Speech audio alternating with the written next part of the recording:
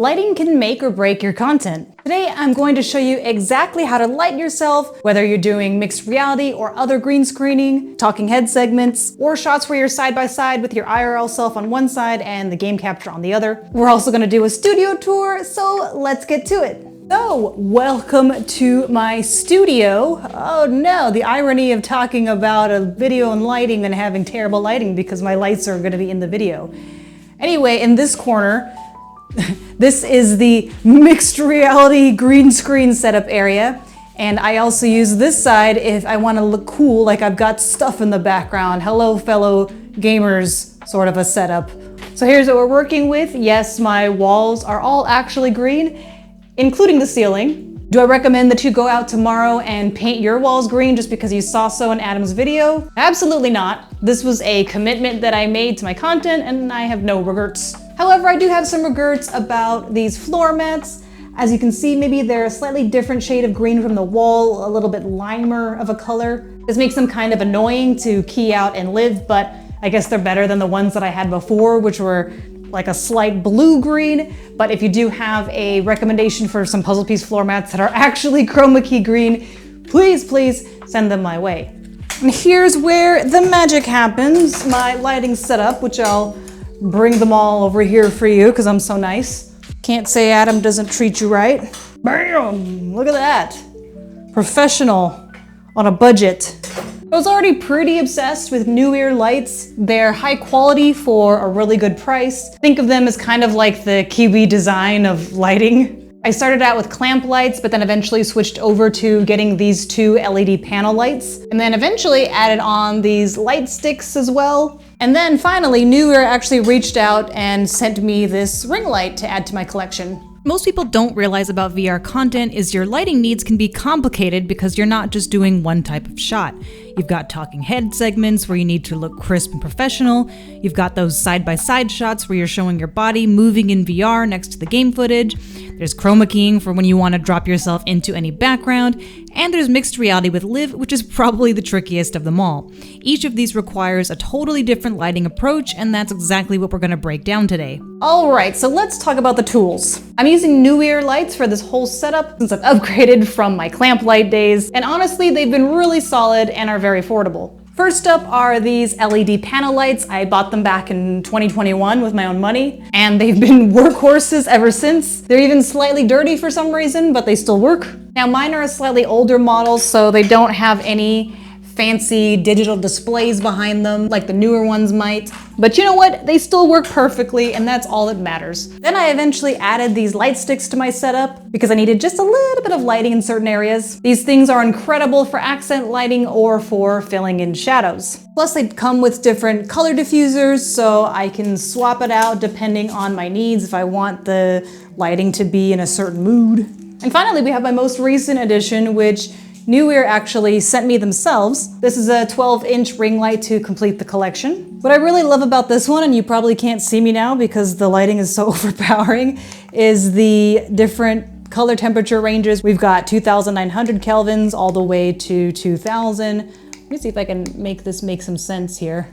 So you can go from cozy lighting to cool and professional depending on your needs. And you can control it all from this little controller here, which you can control the brightness, of course, and the different modes, different color temperatures, and you don't need an app, which I can appreciate. Sometimes I just like simple. A quick note about power, and this is actually really important for anyone working in a small space like me. I run most of these on battery packs because I'm completely out of outlets. Between my PC, lighthouses, random fancy lights, Wi-Fi extender, etc. Basically every outlet is spoken for. The ring light doesn't have a battery option, but all the other ones do. I'm using these NEEWER batteries. They're rechargeable and honestly a lifesaver for cable management. Do they last as long as being plugged in?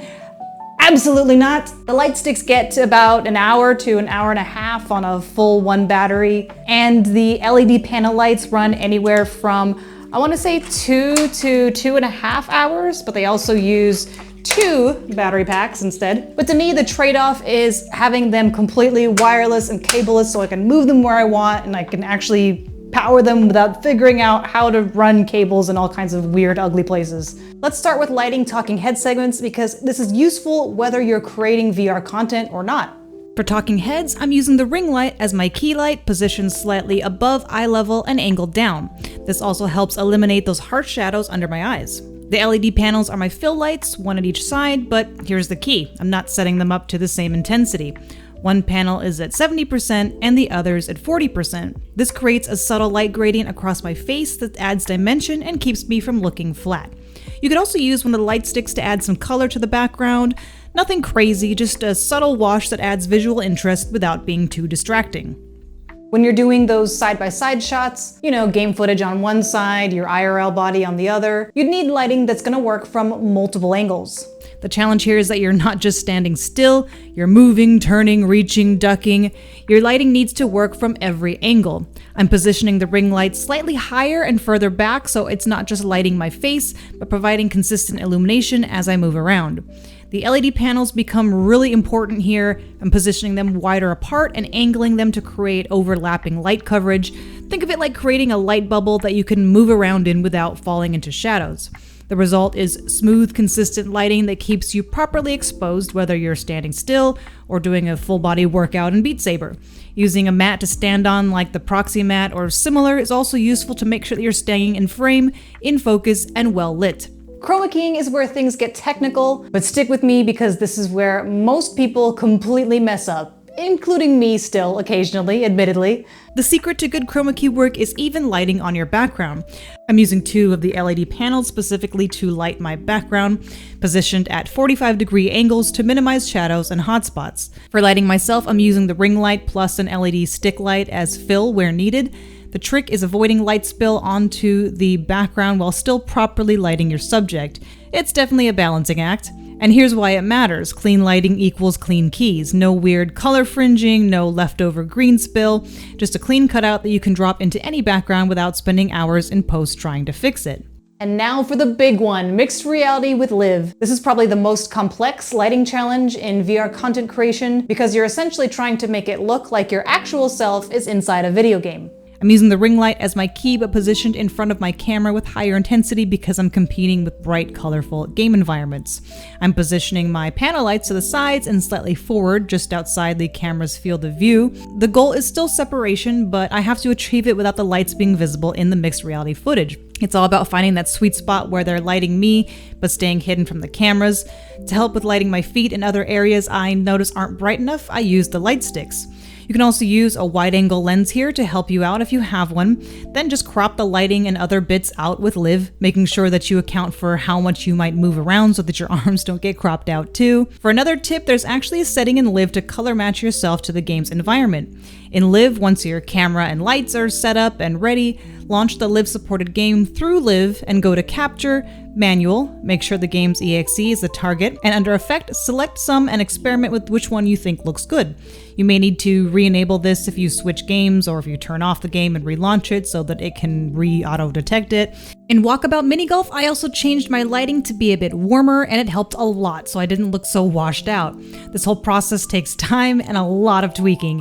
You may also want to adjust your keying while you're actually in the headset through the Steam VR dashboard so you can see yourself in real time and make adjustments on the fly. The result is mixed reality that actually looks mixed, not like someone poorly photoshopped you into a screenshot.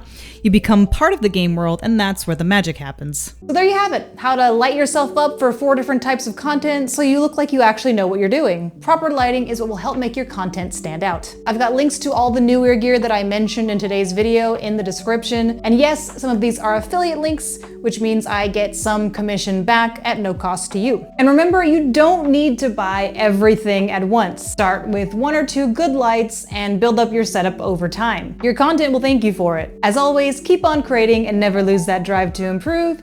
I'll see you in the next one.